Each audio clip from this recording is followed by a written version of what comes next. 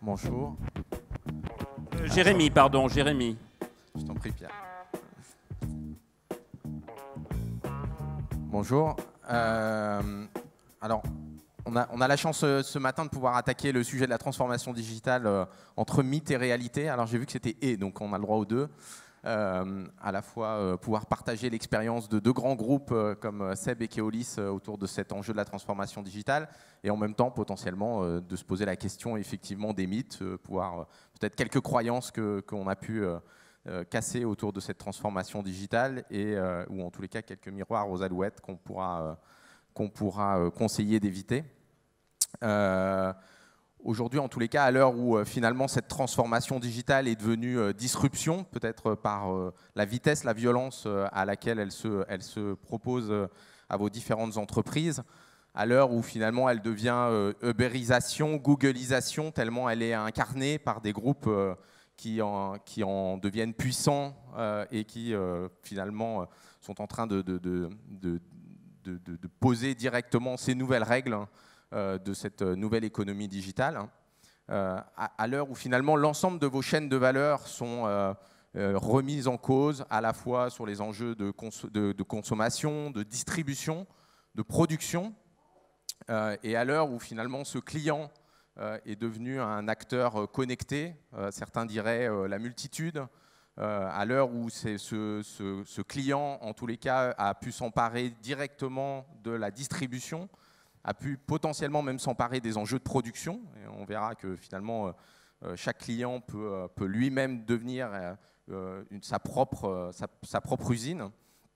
Il me semblait en tous les cas important de s'attacher justement à cette réalité de la transformation digitale et de pouvoir évoquer ensemble au moins trois grands thèmes que sont l'offre, comment elle a été finalement bousculée et quelles sont les nouvelles règles ou les nouvelles projections de cette offre, l'enjeu de l'organisation, puisqu'on a revu au travers d'AXA, mais de plein d'autres groupes, que finalement la transformation digitale, elle se joue aussi beaucoup en interne, et comment il faut faire évoluer les organisations pour répondre à ces attentes. Et puis enfin l'innovation, et je pense que c'était un point, comment ces grands groupes sont capables d'aborder les enjeux de l'innovation. Et je trouve que c'était d'autant plus intéressant de l'aborder finalement avec deux acteurs que sont Seb et Keolis, qui sont deux acteurs de l'industrie, au sens noble du terme, au sens production, process de production, investissement aussi sur le long terme, et donc de pouvoir aborder ensemble comment des groupes qui ont une perspective plus long terme peut-être sont capables de s'engager dans les enjeux d'innovation. Et donc finalement deux groupes au cœur de cette transformation digitale, à la fois Keolis, au cœur de la mobilité multimodale, dynamisée par la loi Macron, on pourra, voilà, en pleine actualité, et puis finalement le groupe Seb, dont l'innovation est au cœur de l'ADN depuis très longtemps, et en retrouvant, c'est vrai que ça a fait le tilt en recherchant dans l'histoire, souvenez-vous finalement de ce tweet d'Oprah Winfrey qui, parlant d'ActiveRay, a d'un seul coup dynamisé les ventes et fait un plus 4% sur le cours de Seb. Voilà l'exemple même de la puissance de ces réseaux sociaux il y a maintenant quelques années, puisque c'était en 2013 quand même, voilà, quelques enjeux. Peut-être pour commencer, l'occasion pour chacun de présenter à la fois quelques chiffres sur vos entreprises et puis votre rôle dans cette transformation digitale. Oui, bonjour à toutes et à tous. Donc Laurent Cocher, je suis en charge du marketing, l'innovation et des services chez Keolis. Alors Keolis, ce n'est pas forcément très connu parce qu'on n'opère en général pas sous notre marque, mais vous avez certainement déjà utilisé les moyens de transport qu'on opère. On est dans 15 pays, notre base c'est la France, on fait à peu près 50% de notre chiffre d'affaires international. On opère des très grands réseaux en France, Lyon, Bordeaux, Lille, Rennes, 90 réseaux urbains sur le territoire national. On opère les tramways de Melbourne, les bus de Stockholm, les trains de Boston, des bus à Las Vegas, etc. etc. Alors donc ça représente 5,6 milliards d'euros de chiffre d'affaires, à peu près 60 000 personnes. On est vraiment une entreprise de service. Peut-être un mot qui est intéressant et un peu particulier pour nous vis-à-vis de votre sujet du jour et de la transformation digitale, c'est qu'on est à la fois B2B et B2C, pour prendre du jargon, dans le même contrat. C'est-à-dire que quand on signe avec une collectivité locale, c'est notre client, c'est donc un client B2B. On va dire qu'en moyenne, 2/3 du chiffre d'affaires viennent de la collectivité locale, de ce qu'on appelle l'autorité organisatrice. Donc c'est nos impôts qui nous permettent de faire fonctionner des systèmes de transport public tous les jours. Et puis 1/3 vient de la recette commerciale, c'est-à-dire de la vente des titres de transport. Et en particulier en France, mais c'est vrai dans un certain nombre d'autres pays, on est nous-mêmes à la croisée de ces deux sujets, et donc on a cette vision d'ensemble du chiffre d'affaires. Donc ça veut dire à la fois avoir une logique B2B, comment est-ce qu'on opère vis-à-vis et commercialement et en termes de contrat vis-à-vis d'un grand acteur qui est une grande ville ou un territoire, et comment en même temps on crée une relation directe avec les passagers, avec les clients potentiels qui vont utiliser ces moyens. Alors, en ce qui me concerne, Xavier Bouedjevezi, je suis VP Business Development et Digital du groupe SEB. Donc, c'est principalement en charge en fait, de l'offre produits connectés, puisque précédemment, j'ai été en charge de Cookéo, et Cookéo, qui était lancé en 2012, est devenu en 2014 le premier produit connecté du groupe SEB. Le groupe SEB, c'est le leader mondial du petit électroménager, c'est un peu plus de 4 milliards d'euros de chiffre d'affaires et c'est une présence dans 150 pays, soit direct, soit commercial. Peut-être si on peut donc aborder ce sujet de l'offre, sachant qu'on imagine en tous les cas vos entreprises portées par des infrastructures, donc du temps, quelque part des contraintes qui doivent forcément être prises en compte dans cette offre, et pour autant un client qui évolue de plus en plus vite, qui a des attentes de plus en plus fortes. Finalement, est-ce que le digital a pu jouer un rôle de levier et vous apporter des points de force pour transformer votre offre ? Alors oui, alors quelle est la disruption finalement digitale et dans quel domaine? Alors je pense que le premier domaine, et je pense qu'on a cette vision-là depuis un certain temps, c'est la distribution évidemment, la relation avec le client, la désintermédiation, tout ce qu'on a dit sur le sujet. Alors si je peux le raconter, parce que maintenant on a vu le film dans un ensemble d'industries, la bonne nouvelle en tout cas en ce qui nous concerne, c'est qu'on y est maintenant, ça a démarré un peu plus tard qu'ailleurs, et donc c'est comme voilà, un homme averti en vaut deux. Alors en fait, qu'est-ce qui se passe au début? Il y a quelqu'un qui vient vous voir et qui vous dit « vous avez des places vides ». Vous avez des chambres d'hôtel vides, vous avez des places de train vides, vous avez des places d'avion vides, vous avez des places vides dans vos moyens de transport, dans vos infrastructures, comme vous l'évoquiez. Et je vais vous aider. Je suis votre ami. Je suis votre ami, donc je vais vous aider à les vendre sur Internet. Bon, il faut que je vive, donc je vais prendre 18%, mais il vaut mieux avoir 82% de quelque chose que 100% de rien. Bon, donc tout va bien, on se dit « super, j'ai un nouveau canal, ça va le faire ». Donc tout se passe bien.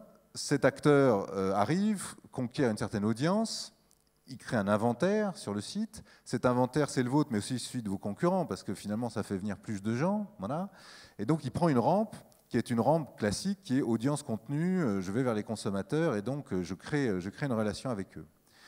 Alors, à un moment ou à un autre, il va se dire, zut, j'ai fait une petite erreur. Je vous le raconte linéaire, hein, c'est évidemment un certain nombre d'acteurs dans l'Internet qui le font, ce n'est pas une seule boîte, mais j'ai fait une petite erreur, juste une petite, je ne suis pas votre ami. Je ne suis pas l'ami du producteur, en fait, je suis l'ami du consommateur. Donc il va juste retourner sur lui-même, il va pivoter à 180 degrés, il va se dire maintenant, en fait, je suis avec le consommateur et je fais face au producteur avec un S. Et comme j'ai créé cette audience et que j'ai créé cet inventaire, eh ben, je peux vous aider. Donc je vais mettre des petites étoiles, je vais comparer les prix, etc., etc. Vous allez me dire ce que vous en pensez. Et donc, il met la pression sur les producteurs. Alors ça, c'est la phase 1. C'est le côté, c'est sympa, je vous ai des intermédiaires. Mais ce n'est pas ce qu'on voit uniquement, en tout cas dans notre métier qui est le monde des services, on va dire B2C avec des biens physiques, voilà, qui est donc un peu de même nature que l'hôtellerie, le transport, le voyage, le tourisme, etc. Et on pourra en citer plein d'autres. Ensuite, il se dit une autre chose. Alors d'abord, il passe par une étape qui est le style winner takes all. À partir du moment où j'ai l'inventaire, j'ai l'audience, j'ai beaucoup de pouvoir et je peux mettre la pression sur les producteurs. Et à un moment, il se dit, alors ça c'est beaucoup plus récent, il se dit, mais finalement, ce consommateur, il peut aussi produire, il peut coproduire. Alors il va produire de l'information, bien sûr, de la donnée, mais il peut aussi produire le service. Parce que des places vides, il n'y en a pas que dans les hôtels, on en a chez soi. Des places vides, il n'y en a pas que dans les transports publics, il y en a aussi dans les voitures. Et donc il se met à coproduire et à s'adresser à ses consommateurs, et il a l'audience, pour leur dire mais pourquoi vous ne le produiriez pas? Avec un truc qui est assez intéressant, c'est qu'à quel prix, combien ça vaut? Ben, ça vaut juste un peu plus que zéro. Parce que de toute façon, on ne le mettait pas sur le marché avant. Bon. Et macroéconomiquement, qu'est-ce qu'il est en train de faire? Il est en train d'optimiser de l'actif.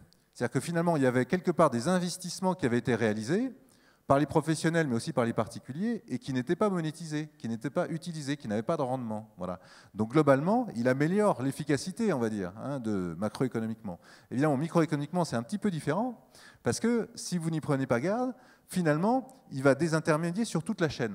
C'est-à-dire non seulement la relation avec le consommateur, mais aussi la production du service. Et puis s'il ne trouve pas finalement chez le producteur ou chez le consommateur l'offre qui peut être produite, qu'est-ce qu'il fait? Il l'invente. Voilà. Il enlève le conducteur de la voiture, il crée la voiture sans conducteur, c'est plus pratique. Et donc, comme ça, on a recréé et on met un actif sur le marché, c'est le cas de l'autopartage par exemple, on met un actif sur le marché qui n'existait pas, qui n'était ni un actif du producteur d'avant, ni un actif déjà possédé par un particulier. Voilà. Donc le seul petit risque de la chose, mais après on peut réagir, c'est de bien comprendre qu'en tout cas dans ce type de métier, on peut se faire des intermédiaires de A à Z et finalement le monde peut très bien vivre sans le producteur historique. Et donc face à cette évolution finalement qui est celle de nombreux secteurs, quel est aujourd'hui les leviers ou l'évolution de vos offres que vous avez entamées? J'ai envie de dire, on a une multitude d'offres à renouveler parce qu'on n'a pas le choix, on se retrouve au pied du mur. Je prenais l'exemple tout à l'heure de Cookéo. Quand il a été lancé en 2012, alors Cookéo, pour ceux qui ne connaissent pas, c'est un multicuiseur intelligent qui vous assiste pas à pas. Donc vraiment pour ceux qui bossent tard, qui rentrent et qui ont la période du lundi au jeudi, le 6 à 8 à gérer avec les bains à donner, les devoirs à faire, etc., c'est le produit idéal. Mais le problème du produit, finalement, c'est qu'il avait que 50 recettes préprogrammées. Et très rapidement, le conso, il a dit c'est tellement sympa que nous, on va l'utiliser, sauf qu'on en veut plus. On en veut 100, on en veut 150. Et qu'est-ce qui s'est passé? Ils se sont regroupés sur Facebook, ils ont créé leur propre groupe privé, totalement en dehors de la marque. Et ils ont créé leur propre service. Et leur propre service, c'était je partage de la recette, je partage des astuces, des trucs, etc. autour du produit. Aujourd'hui, ils sont 100 000 en France à s'échanger tous les soirs. Tiens, et toi, tu manges quoi? Et je fais quoi? Etc. Alors, ça peut paraître dingue, mais c'est juste un fait. Et là, la marque, elle a deux positions. Soit elle se dit, je laisse faire, finalement, c'est super, ça fait de la pub pour mon produit.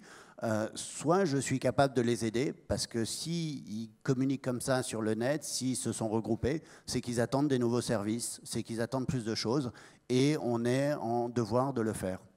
Donc on se dit on va lancer un produit connecté, donc on se dit on va lancer de nouveaux services et on va être capable de capter ces consommateurs pour leur proposer ça.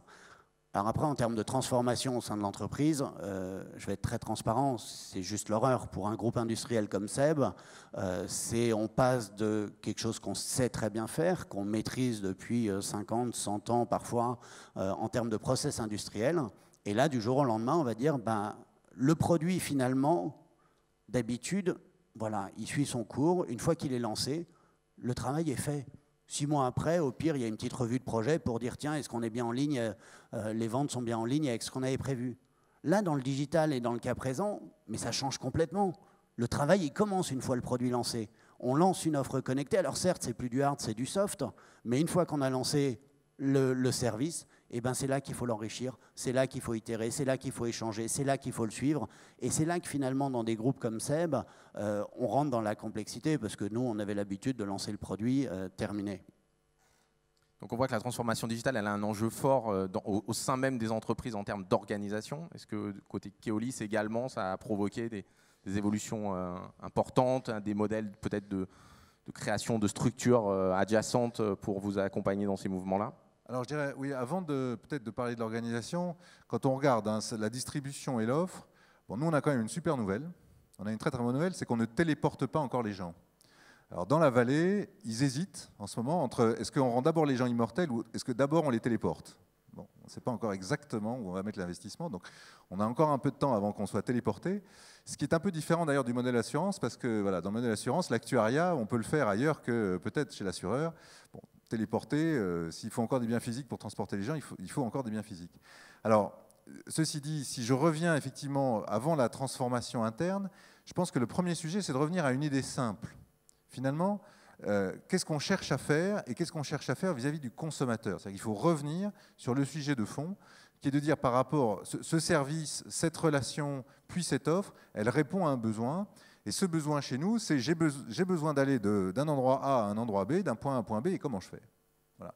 Et le sujet n'est pas vis-à-vis de l'ensemble de l'activité d'entreprise, de savoir si c'est en bus, en métro, avec un taxi, avec Uber, ou etc.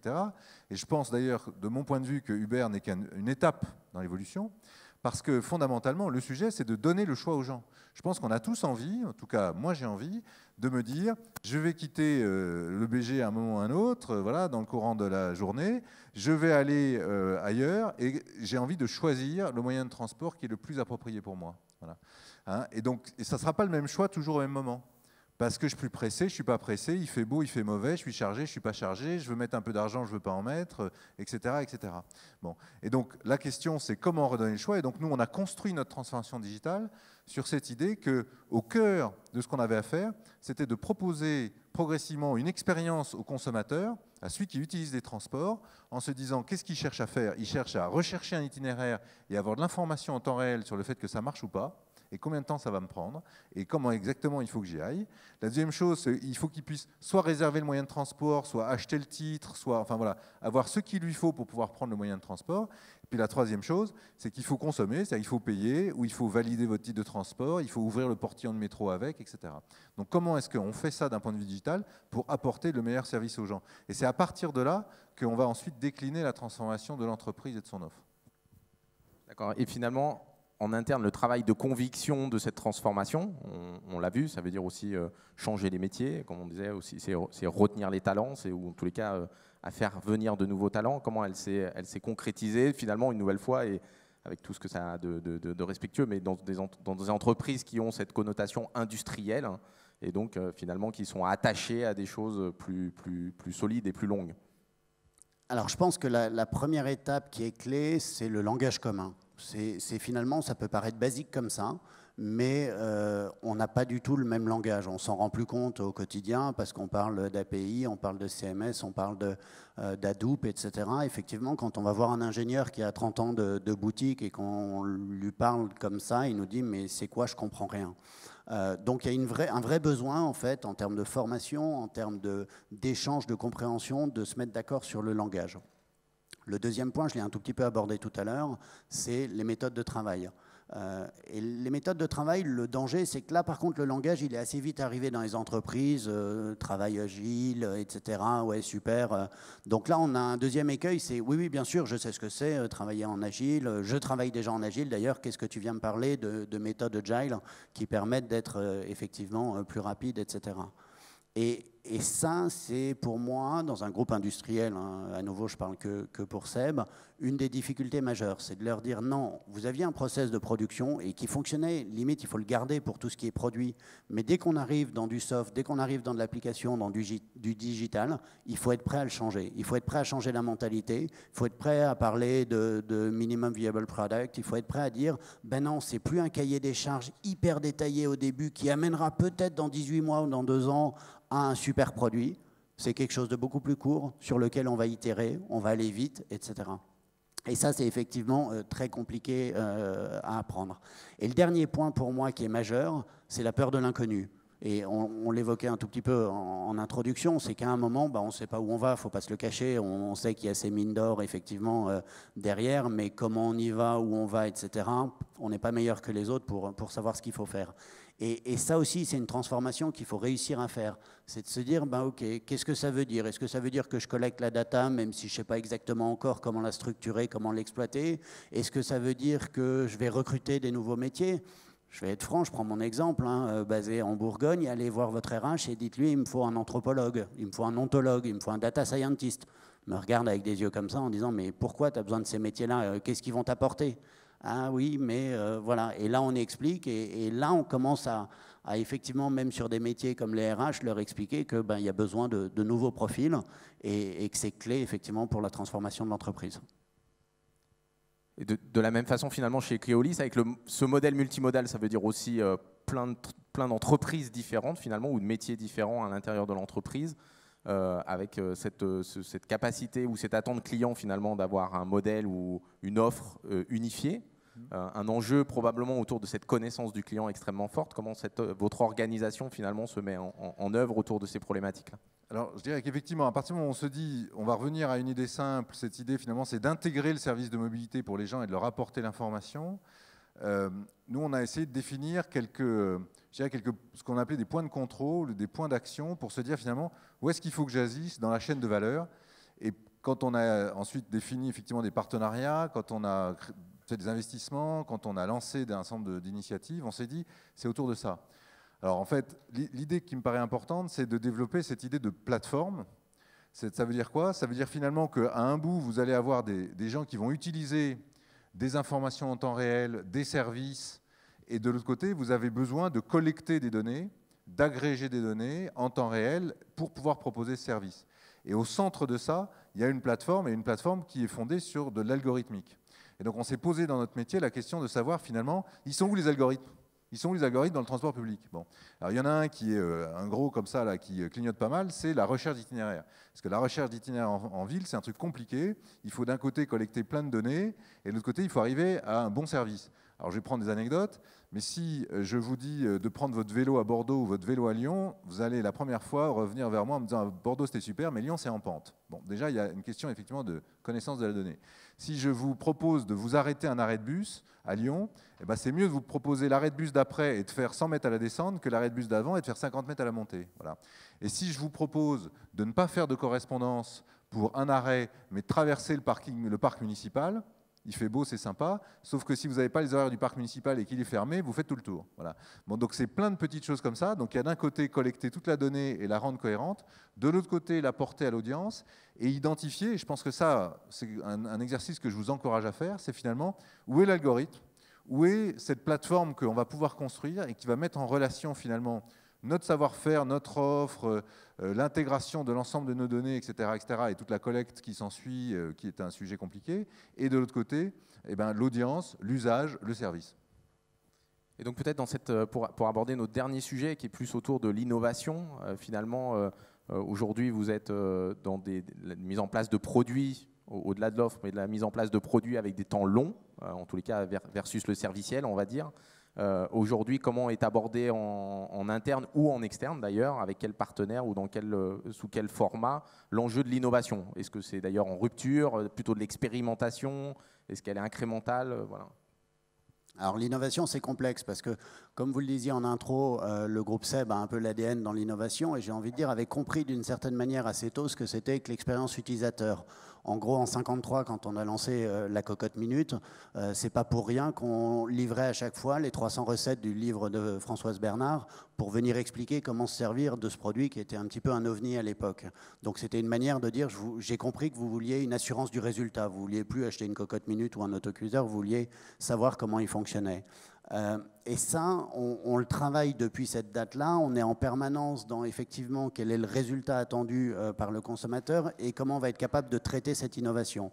Et finalement, ce que le groupe a fait en 2013, dans son processus de digitalisation et de digital, c'est de lancer Open Food System. Open Food System, c'est quoi? C'est un partenariat avec 25 entreprises pour imaginer, concevoir et définir les solutions de cuisine de demain.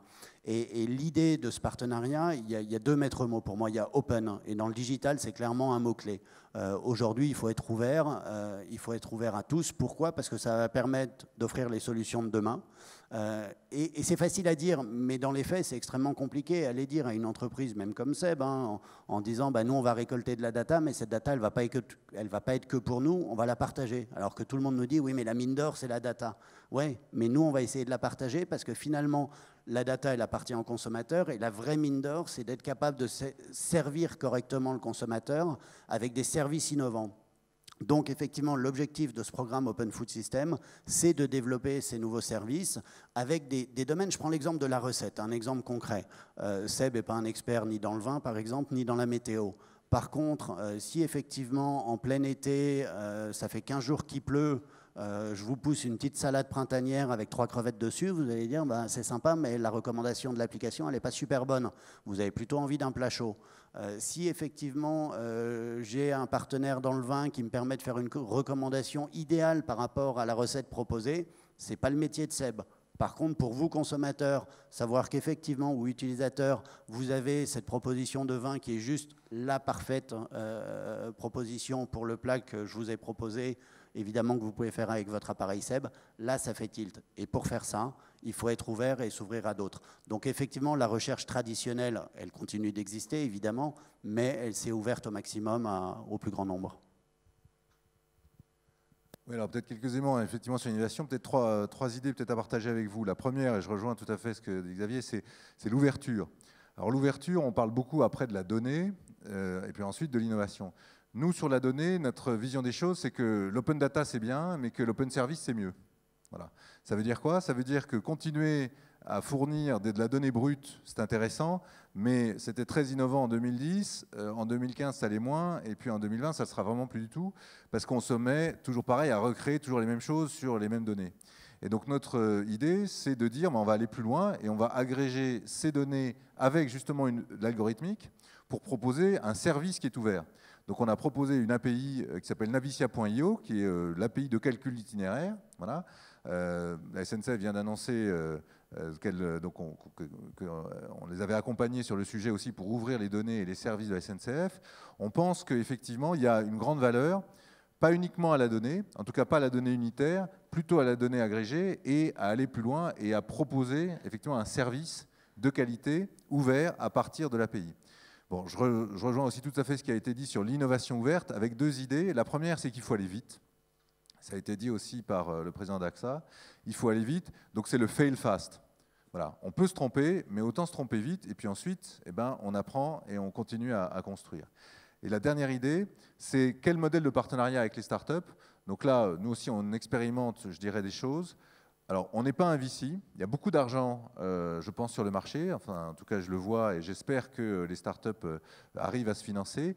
Notre métier n'est pas finalement de mettre des startups, si j'ose dire, en batterie, de les financer et puis de voir à la fin celles qui n'ont pas réussi et de se refaire, si j'ose dire, financièrement sur celles qui en ont réussi. Ce n'est pas notre métier. Notre métier, c'est de passer des accords de partenariat avec des startups à un certain moment. Donc on n'est pas tellement early stage, on est plutôt sur des gens qui ont déjà une solution, qui ont déjà éprouvé le service, qui ont déjà construit quelque chose et qui ont envie de s'étendre, de se développer. Et donc ce qu'on leur apporte, c'est une couverture internationale, la capacité d'accélérer leur développement, la crédibilité, la connaissance du métier, etc., etc. Ce qui nous apporte, c'est déjà une plateforme, quelque chose qui marche, mais qui a besoin de se développer, qui a besoin de s'étendre, qui a besoin encore de se construire, et avec donc cette ambition. Donc on cherche des gens avec nous qui sont rapides, on essaye d'être aussi rapide qu'eux, et ambitieux, c'est-à-dire qu'effectivement, comment se développer en France et dans le monde en tirant parti de l'un et de l'autre. Et dernier point, on souhaite que ça soit équilibré, ça veut dire des accords marketing et commerciaux industriels qui soient équilibrés, et puis à l'appui de ça, on peut effectivement prendre une participation minoritaire, mais c'est pour appuyer le partenariat, ce n'est pas dans une logique de financement massif de l'entreprise. Très bien. Il nous reste juste quelques minutes et je sais Pierre rigoureux sur ce thème. Juste en quelques mots, on a évidemment partagé avec vous plutôt la réalité. Finalement, est-ce qu'il y a une croyance, un mythe, quelques miroirs aux alouettes qu'il vous faut casser pour aborder cette transformation digitale? J'ai envie de dire, il y en a plusieurs. Clairement, après, lequel sélectionner? Je pense qu'à un moment, il faut... certes, le digital, c'est compliqué, certes, c'est nouveau, certes, on va vers l'inconnu, donc je ne vais pas me contredire avec tout ce que j'ai dit, mais je pense que ce qui est très vrai, c'est qu'il ne faut pas hésiter à y aller. Il faut y aller, il faut se tromper. Il ne faut pas hésiter à le dire, ok, je me suis planté, mais j'ai appris et je vais aller une deuxième fois et cette fois-ci, je vais réussir. Et pour moi, c'est la mentalité d'agilité dont je parlais tout à l'heure, c'est clairement être capable de faire ça et donc de ne pas avoir une certaine peur ou une certaine... Il n'y a que les startups qui sont, on va dire, formatées pour réussir ça. Non, n'importe quel grand groupe a des personnes formatées pour réussir ça. Et si je termine pour prendre l'exemple de Cookéo Connect à l'époque, c'est 7 personnes dans le groupe qui ont développé ce produit parce qu'il n'y avait pas de structure vraiment digitale, etc. Et on a dit, allez, on y va. On était juste plus ou moins décideurs dans chacun de nos domaines et on a fait ce produit. Donc j'ai envie de dire, dans n'importe quel groupe, dans n'importe quelle structure, voilà, c'est juste des histoires de talent et de gens qui doivent y aller. Oui, peut-être 2 mots pour conclure. Le premier, c'est « ça va vous arriver ». Ça va tous nous arriver. Alors, je pense que si vous êtes ici, c'est que vous en êtes convaincus. Ça va tous nous arriver dans n'importe quelle industrie.